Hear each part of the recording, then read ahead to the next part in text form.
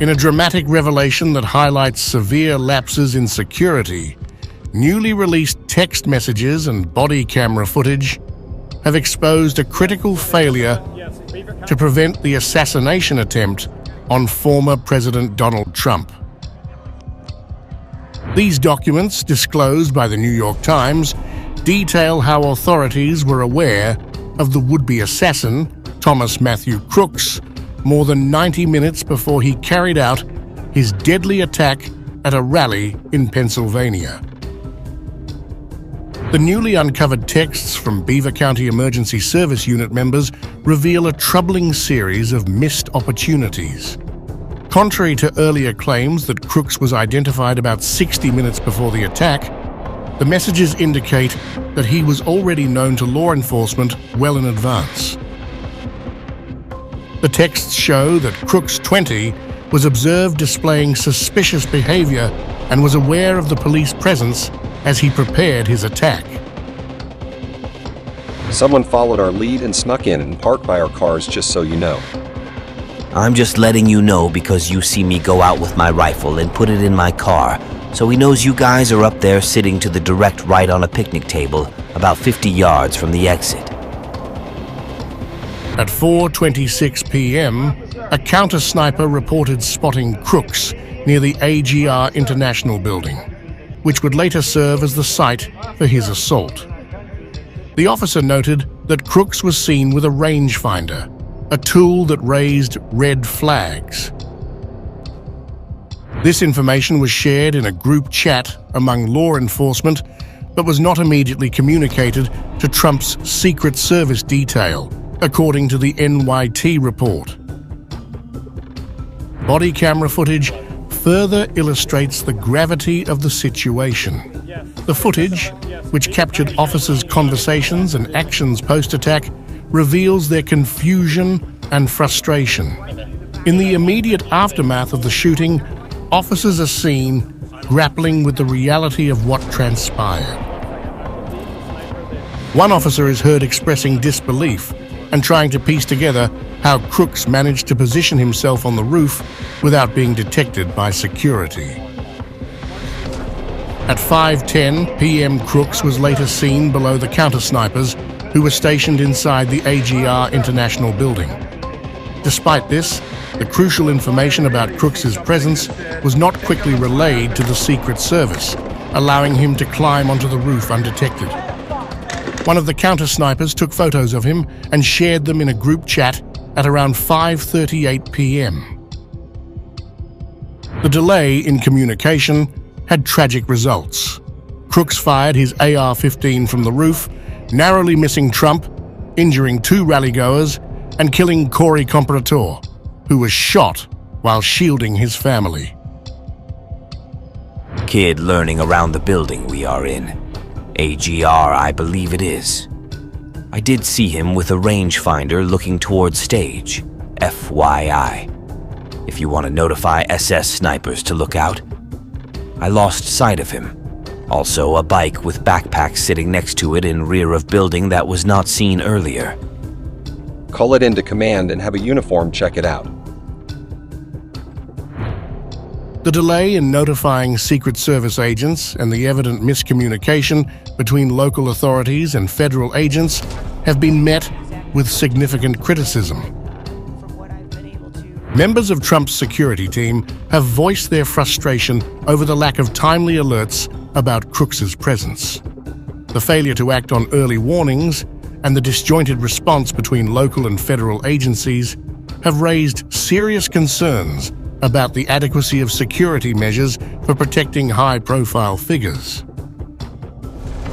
The assassination attempt, carried out by an individual with a premeditated plan and an unknown motive, underscores the urgent need for a thorough review of security protocols. The new evidence of missed warnings and delayed responses adds to the scrutiny of the events leading up to the attack. It began as a routine day for former President Donald Trump. The air was filled with the typical excitement of a campaign rally in Butler, Pennsylvania, as Trump stepped onto the stage to address a sea of enthusiastic supporters. But in a moment that will forever be etched in the memories of those present, the atmosphere of hope and anticipation was shattered by the deafening sound of gunshots. As Trump stood before the crowd, the familiar chants of USA, USA echoed through the open air. He was just a few minutes into his speech, proudly showcasing a chart of border-crossing numbers. The former president's words, meant to inspire and rally his base, were abruptly interrupted by the sharp, sudden bursts of gunfire that cut through the excitement like a knife. In a heart-stopping instant, the former president was surrounded by Secret Service agents who sprang into action with remarkable speed and precision. The chaos that ensued was captured in a series of vivid images and audio recordings that reveal the terrifying reality of that fateful moment. An image, taken by a New York Times photojournalist, shows the precise moment the bullet grazed Trump's right ear. The stark contrast between the president's calm demeanor and the violence of the moment was captured in a split second. An ordinary day turned into a scene of peril and bravery. According to the BBC, the shooter, identified as Thomas Matthew Crooks, crawled onto a rooftop approximately 125 meters from Donald Trump's podium. A spectator reportedly saw Crooks with a rifle and attempted to warn law enforcement too, 3 minutes before the shooting, but the loud crowd noise drowned out their efforts. A newly obtained audio recording of Trump's microphone, preserved in the heat of the moment, offers a harrowing glimpse into the chaos that unfolded on that stage. The recording reveals the panicked but controlled exchanges between Trump and his Secret Service detail as they worked to secure his safety. "Go, go, go!" an agent can be heard urgently directing as the shots rang out. "What are we doing?" another agent asks, the urgency of the situation clear in their voice. The recording captures the tension as agents scramble to get Trump to safety, their commands quick and clipped, reflecting the frantic nature of the scene. "Move! Shooters down! Move!"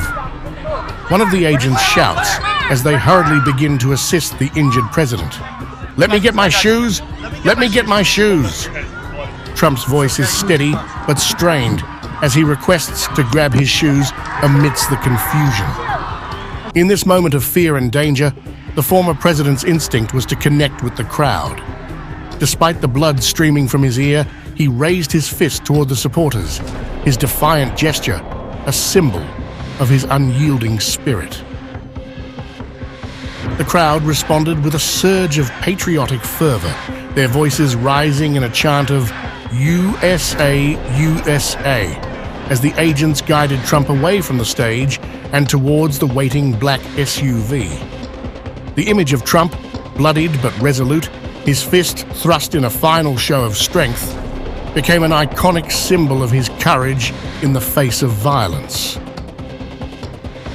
As Trump was escorted to safety, the scene was one of both fear and resilience. The blood flowing from his right ear and the visible strain on his face spoke of the immediate danger he had narrowly escaped. But even in that fraught moment, Trump's rallying cry, "Fight, fight," could be seen as a testament to his resolve. Later, Trump's convoy of 27 vehicles was seen departing a hospital in Butler County, Pennsylvania. 2 law enforcement officials, speaking on condition of anonymity, described the harrowing scene where the former president, his ear covered in blood from a gunshot wound, was swiftly pulled away by Secret Service agents. Hours later, as Trump arrived at Newark Airport, the sight of him walking down the stairs of his private jet, waving to the crowd, was a stark contrast to the chaos of earlier.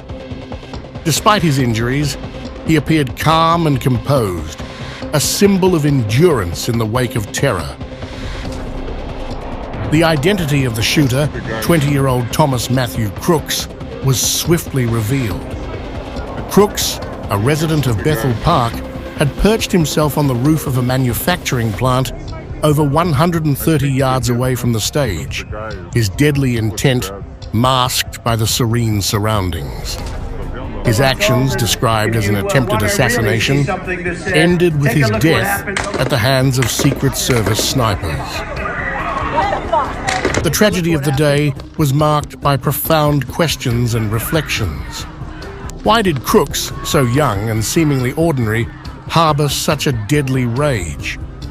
The FBI's investigation continues, delving into the motives behind this act of violence and the security lapses that allowed it to unfold. In the aftermath, Trump's bravery and the quick response of his Secret Service agents have been hailed as symbols of resilience in the face of violence. The shooting, a stark reminder of the dangers faced by public figures, has sparked a national conversation about security, courage, and the fragile nature of peace in political discourse. As the days pass, the memory of the Butler rally shooting will remain a poignant reminder of the perils of public life and the indomitable spirit of those who face them. The world watched as Trump, injured but unbroken, turned a moment of fear into a testament to his enduring strength and forever echoed his iconic fist-up image in the minds of the Americans for generations to come. If you want to really see something that said, take a look at what happened